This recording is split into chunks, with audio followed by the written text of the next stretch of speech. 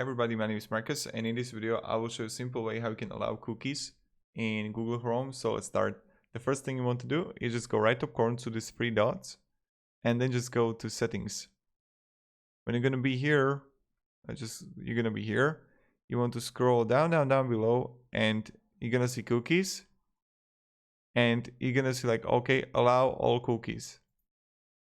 Or you can block third. When I'm gonna allow all, you're gonna allow also third party. And that's pretty much it. So thank you very much everybody for watching. If you have any questions, ask me down in the comments.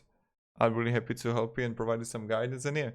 So again, you go here, site settings, now cookies and other site data, and allow all cookies.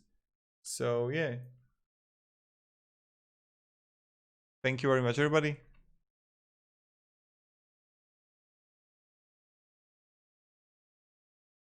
Have a great day and goodbye.